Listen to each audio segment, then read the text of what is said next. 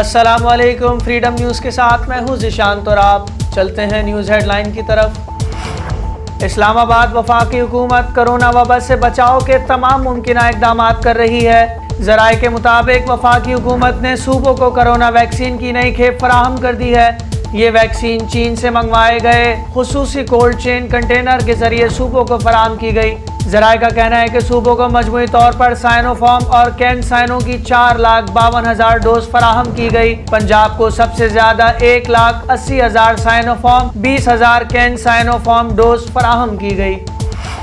اسلام آباد وفاقی وزیر داخلہ شیخ رشید نے کہا ہے کہ جہانگیر ترین اب کافی دور ہو گئے ہیں۔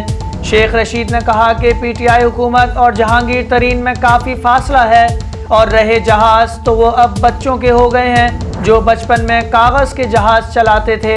جہانگیر ترین اور علی ترین کے نام ECL میں ڈالنے سے متعلق سوال پر شیخ رشید نے کہا کہ ابھی تک ان کے پاس یہ معاملہ نہیں آیا۔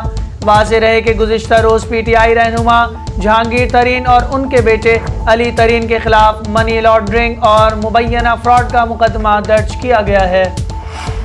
ملک میں کورونا کی تیسری لہر کے دوران وائرس بچوں میں تیزی سے پھیل رہا ہے۔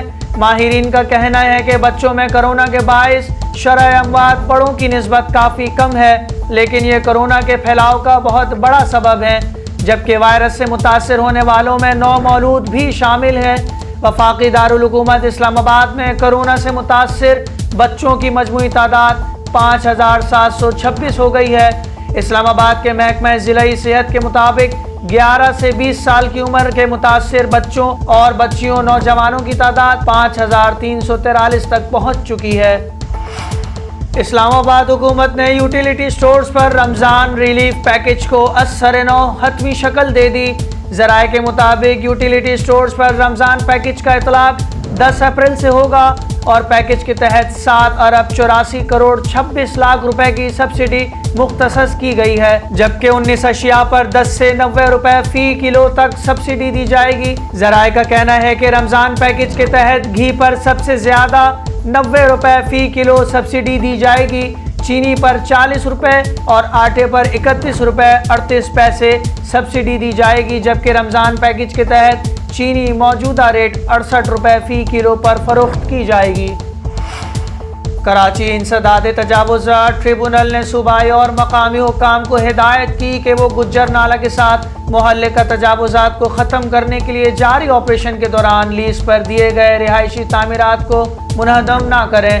رپورٹ کے مطابق ٹریبونل کے پریزائڈنگ آفیسر شکیل احمد عباسی نے بلدیاتی حکومت کے سیکرٹری کراچی ایڈمنسٹریٹر اور کمشنر کراچی میٹروپولیٹن کارپوریشن کے کچی آبادیوں اور انسداد تجاوزات کے محکموں کے سربراہوں کو بھی ہدایت کی کہ وہ 15 اپریل تک ان پراپرٹیز کے حوالے سے اپنی رپورٹیں جمع کروائیں۔ Tribunal federal B area, Tayyab Abad, Rahman Abad, Wahid colony, Kausar Niazi colony, peoples colony, Arafat town, Qabail colony, Chuna depot اور لیاقت آباد کے چند رہائشوں کی جانب سے دائر کی گئی 2 الگ الگ کیسز کی سماعت کر رہا تھا۔ کراچی میں سندھ حکومت IG سندھ کی جانب سے براہ راست وفاقی حکومت کو خط لکھنے پر مشتاق مہر سے ناراض ہو گئی۔ محکمہ داخلہ سندھ کی جانب سے IG سندھ مشتاق مہر کو خط لکھا گیا ہے، جس میں کہا گیا ہے کہ براہ راست خط لکھنا سندھ حکومت کے قواعد 1986 کی خلاف ورزی ہے۔ کوئی بھی سرکاری افسر وفاق اور دیگر صوبائی حکومتوں کو وزیر اعلیٰ سندھ کی منظوری کے بغیر خط نہیں لکھ سکتا۔ ذرائع کا کہنا ہے کہ سینٹرل پولیس آفس نے ترقی پانے والے افسران کو ریلیف کرنے کا خط محکمہ داخلہ کو لکھا اور خط کی ایک کاپی اسٹیبلشمنٹ ڈویژن اسلام آباد کو بھی بھجوائی گئی۔ Federal board of revenue FBR نے مارچ 2021 میں اپنے ٹیکس وصولی کا ہدف حاصل کیا، جو رواں مالی سال 2021 میں سب سے زیادہ ماہانہ وصولی ہے۔ مارچ کے مہینے کے لیے وصولی کا ہدف 439 ارب روپے تھا، جو کہ 8.2% اضافے کے ساتھ 475 ارب روپے رہا، جبکہ مارچ 2020 میں 326 ارب روپے کا ریونیو اکٹھا کیا گیا تھا، جس سے مقابلہ کیا جائے تو 46% اضافہ ظاہر ہوتا ہے۔ مارچ میں توقع سے زیادہ ٹیکس وصولی پر وزیر اعظم عمران خان نے بھی FBR کو سراہا۔ ہند و پاک تجارت کی بحالی میں اہم پیش رفت۔ پاکستان نے بھارت سے چینی اور کپاس درآمد کرنے کی اجازت دے دی ہے۔ بدھ کے روز وزیر خزانہ حماد اظہر کی سربراہی میں ہونے والے کابینہ کی اقتصادی رابطہ کمیٹی اجلاس میں 5 لاکھ ٹن چینی برآمد سے درآمد کرنے کی منظوری دے دی گئی، جبکہ کپاس کو درآمد کرنے کی کوئی حد مقرر نہیں کی گئی۔ یاد رہے کہ دونوں ملکوں کے درمیان آرٹیکل 370 منسوخ کرنے کے بعد تجارت پر پابندی عائد تھی، تاہم گزشتہ سال مئی میں کرونا وائرس کی وبا کے پیش نظر حکومت نے بھارت سے ادویات کے لیے خام مال کی درآمد کی اجازت دے دی تھی۔ افغان صوبے ہرات میں بم دھماکے اور طالبان کے سیکیورٹی فورسز پر حملے۔ صوبے ہرات میں طالبان کے سیکیورٹی فورسز پر حملوں اور بم دھماکے کے نتیجے میں 6 افراد ہلاک اور متعدد زخمی ہو گئے۔ ہرات کے گورنر وحید قتالی نے حملے کی تصدیق کرتے ہوئے کہا ہے کہ طالبان نے پشتون، زرغون، شنندن اور اوبے ضلع میں سیکیورٹی فورسز پر حملے کیے۔ چیک پوسٹ پر حملے کے بعد انٹیلیجنس ایجنسی کے دفتر پر کار بم دھماکہ کیا گیا، جس میں 4 اہلکار ہلاک اور متعدد زخمی ہو گئے۔ پاکستان فٹ بال فیڈریشن اور فیفا نارملائزیشن کمیٹی میں تنازع کھیل پر اثر انداز ہونے لگا۔ ڈیڈ لائن گزرتے ہی نیشنل وومن فٹ بال چیمپئن شپ میں ٹیموں نے میچز کھیلنے سے انکار کر دیا۔ فیفا نارملائزیشن کمیٹی اور پاکستان فٹ بال فیڈریشن کے درمیان تنازع کھیل کی سرگرمیوں پر بھی رکاوٹ بننے لگا ہے۔